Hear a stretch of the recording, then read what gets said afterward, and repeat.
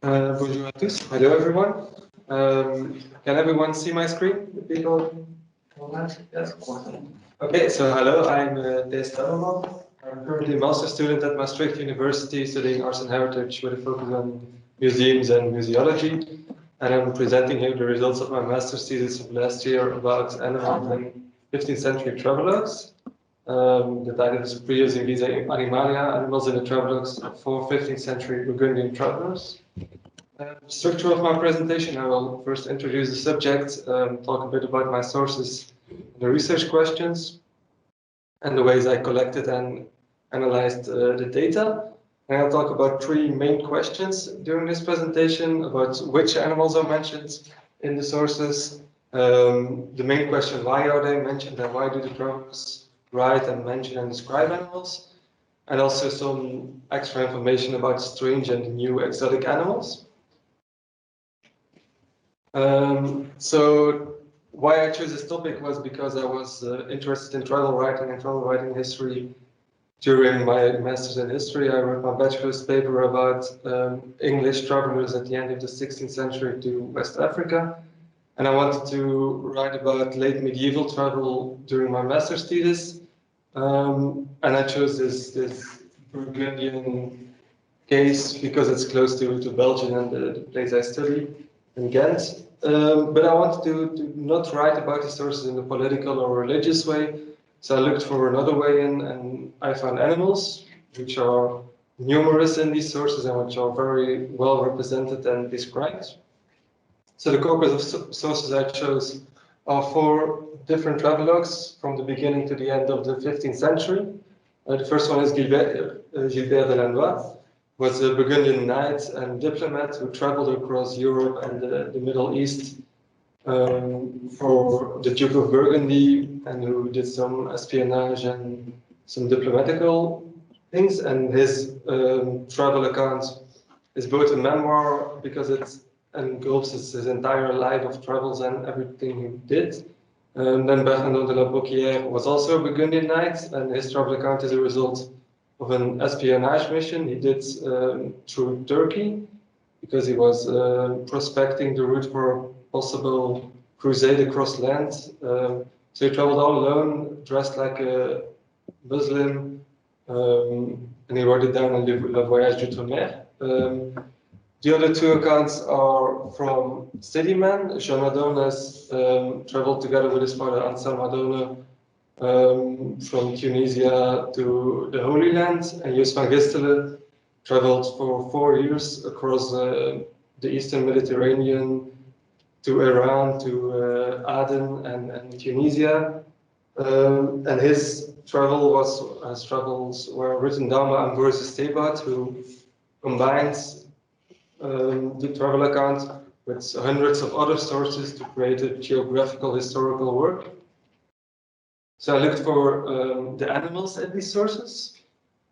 My research questions that I had at the start were firstly just why are there so many animals mentioned in these sources, and what kind of animals are described?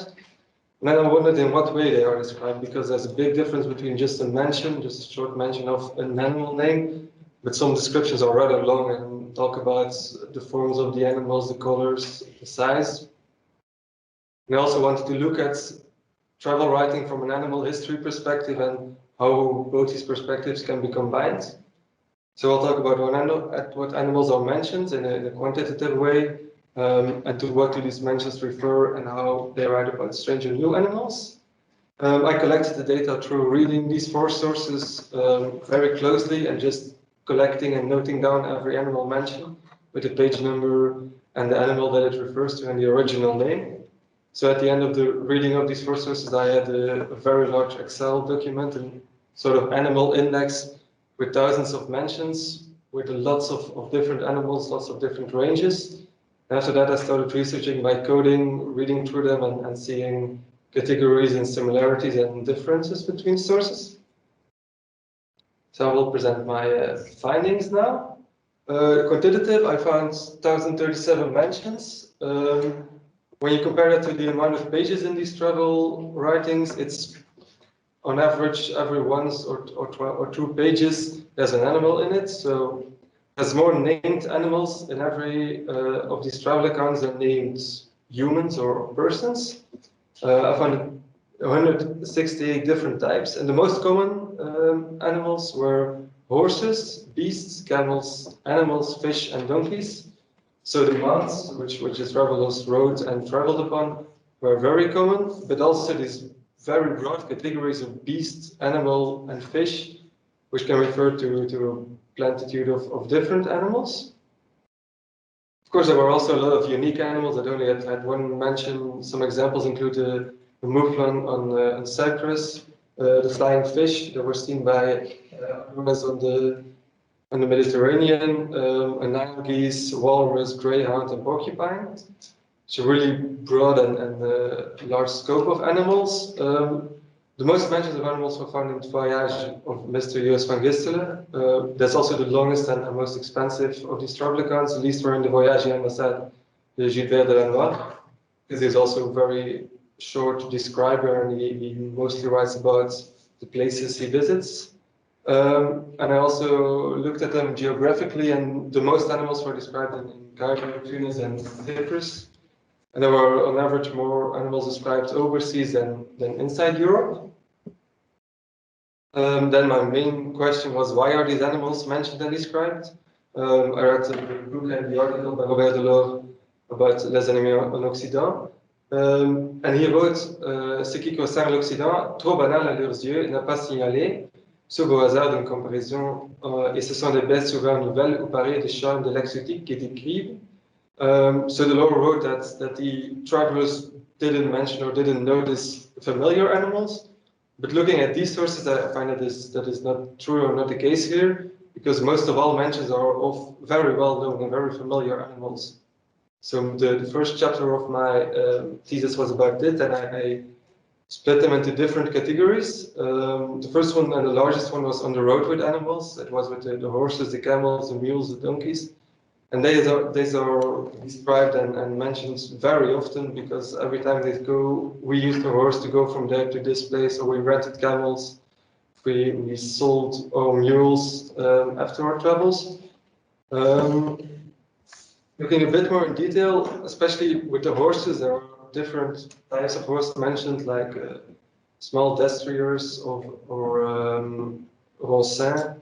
But it's also sometimes a quite compassionate relationship with the horses, especially Bertrand de la Bronquière, who traveled alone across Turkey. He was very close with his horse, and he always said, me and my horse bought food, or me and my horse sought shelter from the snow in the mountains. Other animals that I describe in this first chapter are livestock and animals that are kept by humans to perform labor, like, for example, carrier pigeons, but also cows and oxen that work on the land. A big part of the animals that they saw were also animals that were caught, that were fish, but also hunting with, for example, sparrows and hawks, but also with dogs. Some other animals that were mentioned were wolves and vermin, animals that were seen as a danger, and also animal products, animals as food like leather, meat, fish. So the main reason why these animals were mentioned, because there was a very direct and close personal contact to the animals. The travelers mostly wrote about what they did and what they found, what they had contact with, what they ate, more than what they saw. And I think it is also the case here. Another surprising fact for me was that a lot of the mentions of animals were not real animals that they saw, but there were references to a book or to a story or to a sort of general symbolic idea of an animal. For example, I always saw it in the quantitative data. There were a lot of animal and beasts, and sometimes they refer to concrete specific animals, but sometimes it's just like this general category. Or there are humans that are being compared to animals. They compare Muslims to infidel dogs, so that's like a symbolic use of animals, or also metaphors and comparing humans to animals. It's in the travelogue of Adornes. He was very mad and angry at the Muslim guides, and so he said they received us not like humans, but like beasts or wild animals. So a lot of mentions of animals do not actually refer to animals. Also, mostly in the Adornes and Jos van Gisteren travelogues, are there quite a lot of mentions of biblical and mythological animals. They refer to the place where this biblical story happened and where this biblical animal lived, like the religious story of Saint George and who fought a dragon, also the rooster who cried 3 times after the death of Jesus. And some sources that I found particularly fascinating were sources that they brought knowledge that they heard orally during the travels. Like Adornes and Mariste, they tell, I mean, they repeat the stories they heard. So Adornes, he didn't actually visit the Sket monastery on Cyprus, but he heard about it and he wrote a story about this monastery that was filled with cats who killed all snakes in the environment and who helped the monks live in this wilderness. And the third part of my thesis was about the strange and new animals, the most fascinating ones, and also the longest description, because most of the earlier descriptions are more about just a short mention. But strange and new animals are animals that aren't native to Europe and are different from the animals they know. And there's a very large range of different types of comparisons and different types of descriptions. It's often just some other species of or subspecies of different goats or different dogs that really look alike, but they say it's slightly bigger, or this horse is slightly different. And some of the most famous one includes this hybrid animal, referred to as animal puzzles, because by comparing body parts of animals, they sketch an image of a new exotic animal. And they do that in a fairly accurate way. Animals like ostriches, crocodiles, elephants are created by comparing their legs to bears, or by comparing the beak to another bird, like an ostrich is compared to a crane, but then with the legs of a cow. So part of the research was also trying to identify all the animals that were described. Sometimes it was difficult because the travelers didn't always give a name to everything they see, or they didn't know the name. So, for example, then it's not really easy to identify. It's more like guessing, and there is some evidence that they maybe show a hippopotami or flamingos. It's not too sure. And to think about these animals in a larger scale, it's also like seeing the familiarity of the unfamiliar, because they make sense of the unknown by comparing it to what they already know and comparing what they understand. And a lot of the times it was also a form of recognition. It was the first time they saw these animals, but not necessarily the first time they heard about it. And this quote, Prius, invisa, animalia, it comes from the travelogue of Adornes. It's about a gazelle and an ostrich they see in Susa in Tunisia. And there's a really large difference between previously unseen animals and previously unknown animals. So they already know that ostriches exist, and he also repeats some common myths, like the story about eating iron Thierry Bequet told already. But it's the first time he sees them himself, and he also tries to make sense of them himself. Like a gazelle, he compares it to a doe, a female deer. And another thing that's particularly interesting in this case is the meeting context, is the way where and when they saw these animals. It isn't always mentioned in the sources, but a lot of these descriptions, particularly of wild animals, are of captive animals, because they saw them close by. They could have a good look and really understand what they saw. So they were at the menagerie in Cairo, but also at markets in Aden or in Tunisia. There were animals that were captured to bring to the Sultan or bring to different rulers, or also to sell them. So this is, in a way, some evidence of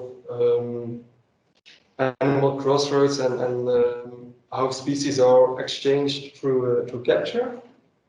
An example of these hybrid descriptions, one I found particularly beautiful because it's very accurate, is about a black francolin that's used for guest in Cyprus. It says francolins, all the beautiful birds, the size of partridges, with red beaks and feet, plumes on their back and their tail like partridges, breast black with white spots, the feathers of the wings like snipes, the head and neck like pheasants with a red ring at the neck. By just combining these three well-known birds, he creates a very accurate image of an animal, of a bird most people in Western Europe hadn't seen or didn't know existed. So the conclusions I found at the end was looking at these sources from an animal history way is interesting, because these travelers are not experts. They are not biologists, or they are not naturalists. They have a lot of knowledge about animals, but they just use their small parts of their own knowledge, and so it's also really different stories than bestiaries or encyclopedias. Also because it's based in real life, it's based in real observations, and it's also interesting to see the locations where animals lived, and it's a big help in trying to identify them, trying to compare these locations. From a world of travel writing, it's seeing this difference between the known and the unknown, and how travelers try to make sense of what they don't know already. But also gives a view in their personal animal horizon, and which animals they know, which animals they find important. For example, there's a lot of hunting animals and game animals mentioned, and you can see that some of these travelers they like hunting, and it's in their personal sphere. And by analyzing these four sources together with each other, it also highlights some similarities, but also some differences. It's like the style of travel. There's probably some level of knowledge transfer from the guides and interpreters and the dragomans during the travel. There's also a big influence of the route and what animals they see. I mean, when they go to Iran, he sees different animals than Bernard de la Bruyère, who travels through Turkey. And it's also the influence of their own knowledge and their own lives. So yeah, to conclude, I found that animals were an indispensable part during the medieval travel. They are very ubiquitous in these travel accounts. So research into medieval travel and animal history shouldn't overlook these sources. And for future research, it could be interesting to compare these to travelers of a different geographical background, different age or era. My master's thesis is also online in the Gent University Library, or you can contact me for the data set or the thesis. Thank you. If you have any questions, please ask.